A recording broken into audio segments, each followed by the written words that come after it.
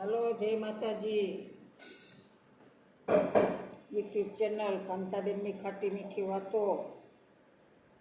તમે શું જમવાનું બનાવ્યું? અમે તો ભીંડાનું શાક ને રોટલી, મરચાંની કેરી ને છાશ. જમવા હાલો.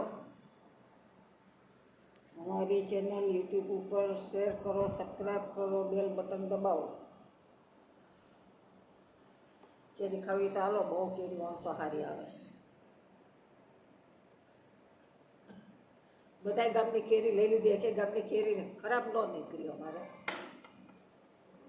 1800 ખોખા લીધા. બસ ખાલી આવી જ છે. તવાઈ તવાઈ ગયેલી હાવ મોડી ઈયળું વાળી એટલી સારી છે કેરી. હાલો જમવા.